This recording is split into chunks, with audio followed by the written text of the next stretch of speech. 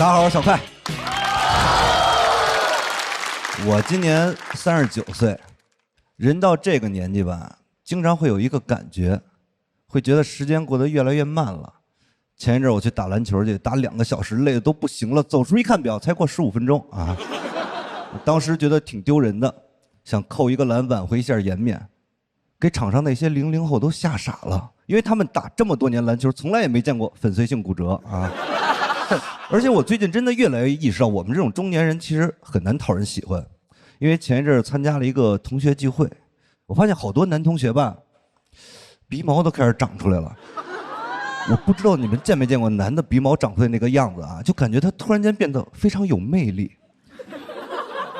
因为你跟他面对面的时候，所有的目光都会被他的鼻毛所吸引，你看不到任何东西了，真的。我第一时间是想分散我的注意力的，不可能，根本做不到。没有人能够忽视房间里的鼻毛啊！而且我仔细观察了一会儿，发现啊，鼻毛就像 OOTD 一样，其实有很多种风格。有一个同学的风格呢，就是比较偏异域风情一点，因为呢，他只露出了1根2根，这种风格呢叫路易斯啊。好无聊。还有一种风格吧，就非常的乐观，因为他那个鼻毛吧。他一乐，你就能观看到啊，微笑刺客啊。但是那天最让我觉得震撼的是我们的班长，他的鼻毛看上去吧，非常的有文化，因为你总感觉他鼻孔里边塞了2个沾满了墨的毛笔尖儿。你知道毛笔啊，有猪毫，有狼毫，我头一回见人毫啊，这就是人中豪杰啊。真的，因为当时的场面实在太过震撼了。那天他跟我说了很多话，我一句都没听进去，我一直在那盯着看，看到最后让我忘掉了社交礼仪，情不自禁地问了一句：“我说，你鼻毛怎么这么长啊？”哥们儿回复了我2个字，颠覆了我的人生观啊。他说：“帅吗？”帅吗？朋友们。我可以接受他指着我的鼻子骂说关你毛事，但是帅吗？我真的有点接受不了，这有点挑战人类文明的底线了。我说谁告诉你帅的呀？他说你凭什么定义帅？一句话给我问住了，我当时就感觉自己鼻毛短，见识也短啊。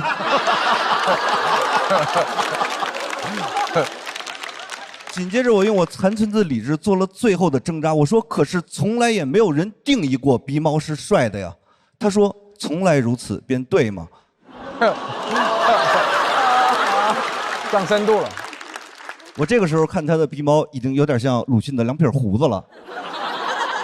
但你知道人在被人怼的说不出来话的时候，第一反应绝对不是承认错误，而是换一个角度继续攻击。我说可是你鼻毛这么长，它多脏啊。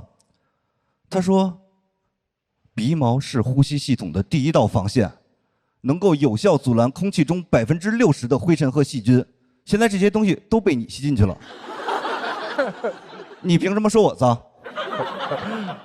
我真的是没有想到，美学上和科学上我都输了。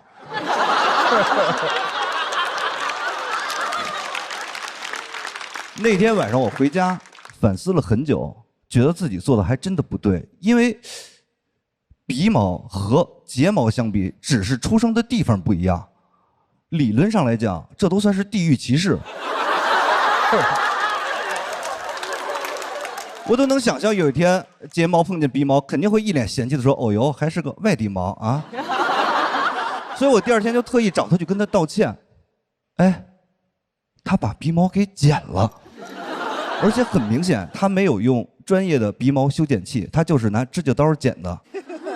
因为以前他的鼻毛是2个尖儿，现在是2个面儿。我说你要剪你就剪干净，你为什么要留2个面儿呢？他说你不觉得男的这样看上去有2把刷子吗？你不觉得啊？什么玩意儿啊？这是。我前一阵刚写完这个段子，在开放麦试的时候，有一回下台以后，就有一个男演员跟我说：“你这个鼻毛段子以后别讲了，实在是太恶心了。”我说：“你凭什么定义恶心啊？”后来他就跟我说：“你这个段子会让人感到不适，你就不能讲。”我很不理解这个逻辑啊！为什么感到不适就不能讲？那我小时候一上数学课就感到不适，我也从来没跟老师说过，今天这个三角函数有点令人作呕了啊，给我来一段二人转，换换口味啊，那不可能嘛，对不对？而且他又跟我说，你不要狡辩这些，说今天录制现场所有的女观众听到你说鼻毛2个字的时候就不会给你投票。我说你凭什么默认女观众的接受程度就不如男观众呢？啊，以小人之心夺姐妹之腹，是吧？他跟我说，就算现场观众接受这个东西，你这个东西放到网上一定会被骂的。然后他就把我这篇稿子发给了 AI， 让他用最阴暗的逻辑去 DeepSeek 一下，给我总结出了几条舆情风险。第一条，书法是非物质文化遗产，说我抹黑了传统文化，可能是个日本人。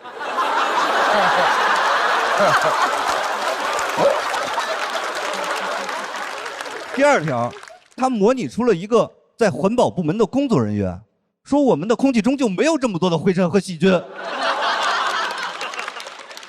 第三条，他说这个段子很容易引起外交纠纷，因为外国有很多人叫路易斯。念完他还问我这回怕不怕？我说这个 AI 不是真人，但真不是人啊，真人是不会这样 DeepSeek 的啊。他跟我说，你如果执意要在节目上讲这个，你要顾全大局，因为他说你讲这个东西会让人觉得脱口秀很低俗。实话实说，这一点我真的没想到。脱口秀是什么高级的东西吗？啊！我跟你们讲，我甚至觉得脱口秀的某些特质就像艺术界的鼻毛，你们仔细想一下，他们都有一些尖锐的东西啊。容易吸引到别人的注意力，也会让一部分人感到冒犯，但是也很容易被剪掉啊。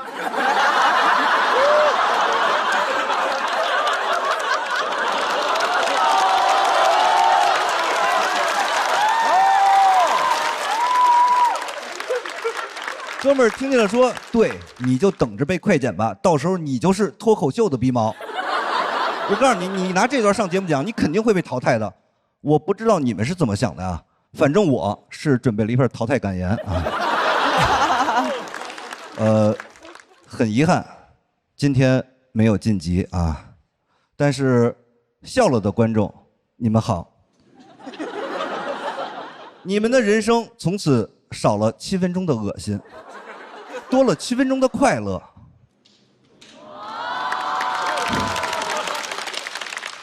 这就是拓展喜剧边界的意义啊！没笑的朋友，你们也好，虽然你们不愿意承认，但其实咱们是一类人，咱们都是对喜剧有自己的坚持啊。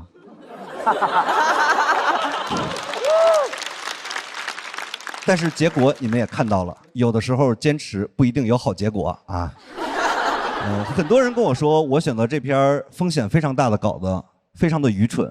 但是我想问一下大家，就是明知道会失败，但是仍然选择坚持的这种行为，帅吗？帅！好，谢谢大家，我是小快。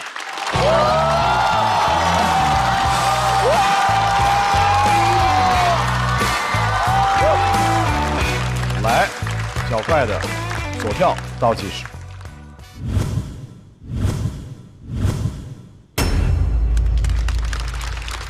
为什么在这场要选这个题目？你是鼻毛这事儿想说很久了？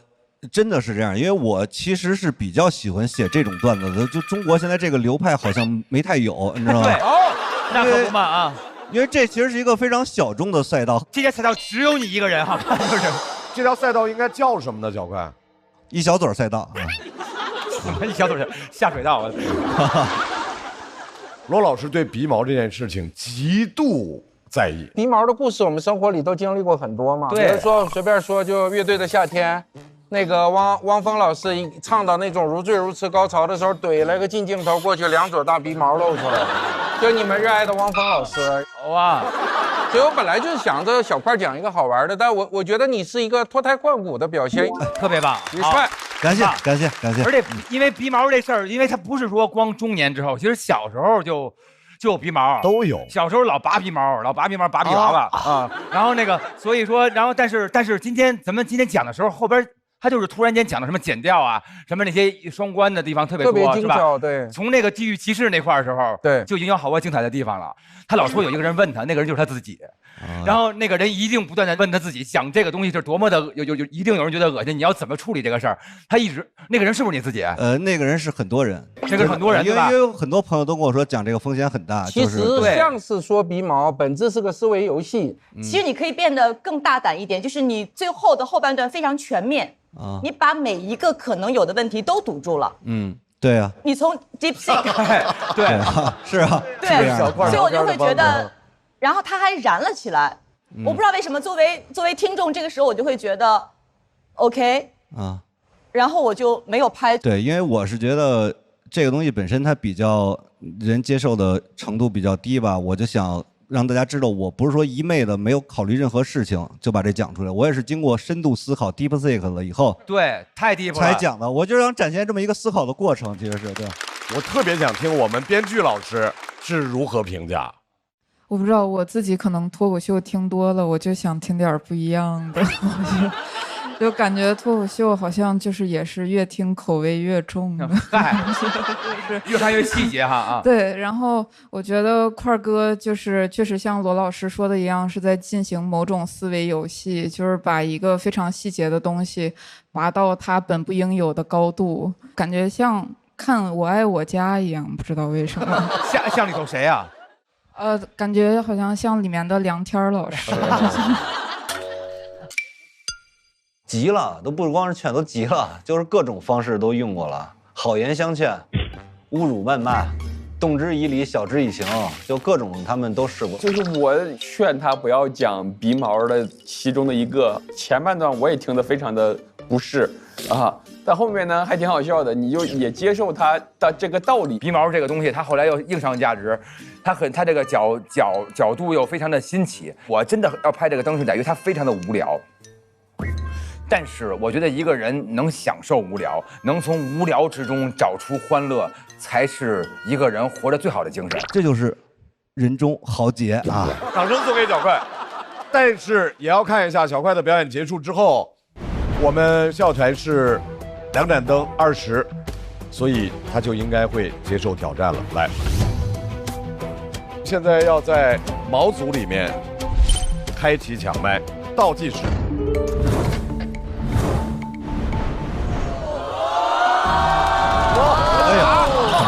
哇，集体战啊！集体战，来吧，块儿。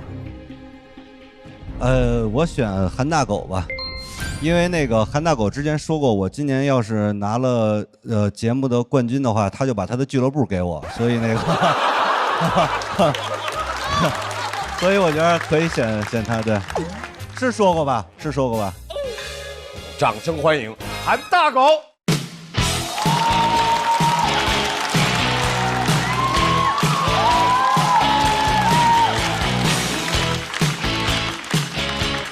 1楼、2楼的朋友们，大家好，我是韩大狗。哎，等了几年，今年第一次上节目，很激动。为了上镜好看，我一直在减肥和护肤，当然鼻毛也刮了啊。反正我不相信幽默是男人的医美。我前2年减肥节奏很规律，每年1月报名完节目开始减肥，5月通知我上不了，开始暴饮暴食，每年循环。我是嘴很馋的人，我就很想找减肥的捷径。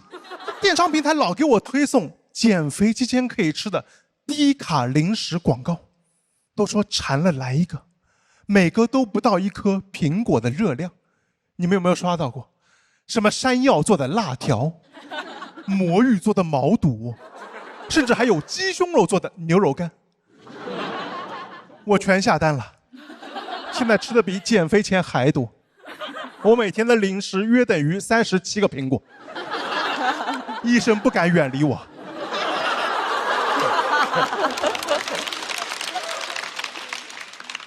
每年都有新的噱头，我上一款还没吃完，商家又推荐我买下一个。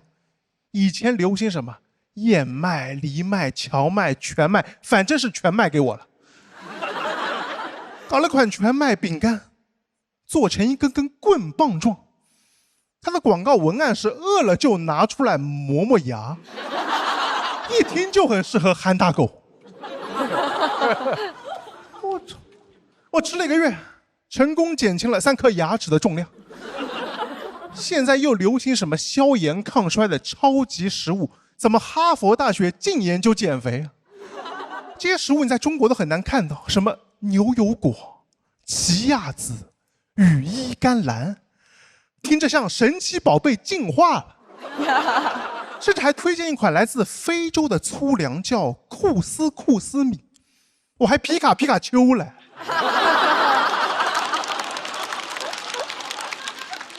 都想到去非洲找食物了。你以为非洲人瘦是吃了这些吗？不是宁可饥荒都不吃这些吗？我也吃过那个羽衣甘蓝，还不便宜，和吃氯化钙一样。后来一查，羽衣甘蓝早期引入中国就是作为观赏盆栽。那我去公园吃，无限量畅吃，直接问园丁哪里长得高了，我去啃2口。商家就喜欢给我们制造伪需求，越想偷懒，买的东西就越多，护肤更折腾，都不让你偷懒。我感觉所谓精致护肤的坑比我脸上都多。我想认真学一下护肤，我上网上搜男士护肤，刷到一个视频，他说男士精简护肤的5个步骤，精简完还有5个步骤，太看得起我们男士了。我们只有1个步骤，把水泼脸上。大部分男生都很糙的，洗个脸啥东西都不用，刷牙甚至都可以不带漱口杯，可以说是不以物喜，不以己悲。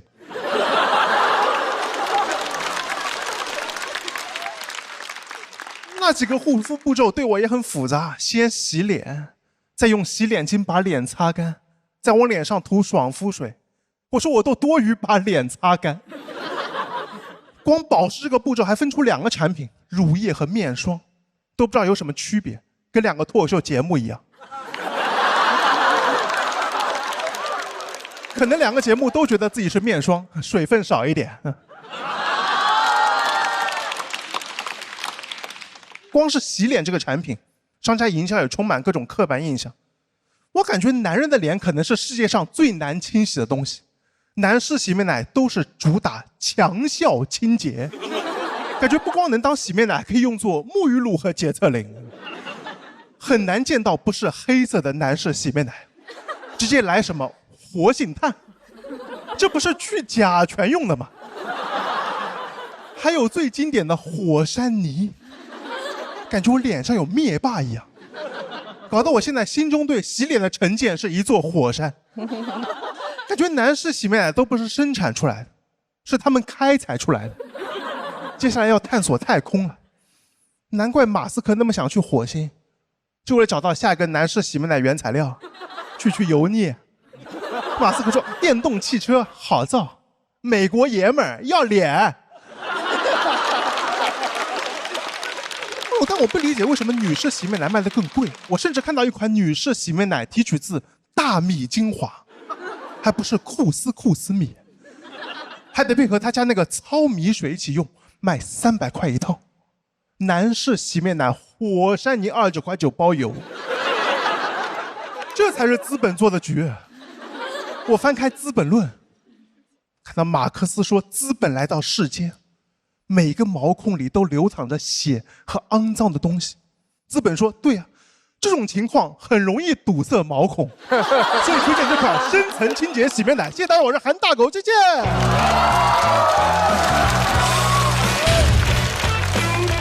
来，再次把掌声送给韩大狗。同时，我们请小快回到舞台。小快和韩大狗的票数是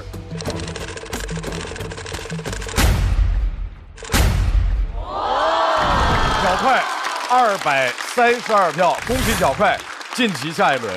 大狗需要在待定区继续等待。哎呀，我当时那个鼻毛，我虽然反对，但我心里觉得好。我当时是支持来的。我虽然说你鼻毛肯定不行，但是我是说错了。但你最后那份太多了，你又加了一份。行了，太多了，太多，哥哥讲得好。不是多，你就是你的要260，他不懂这个要260，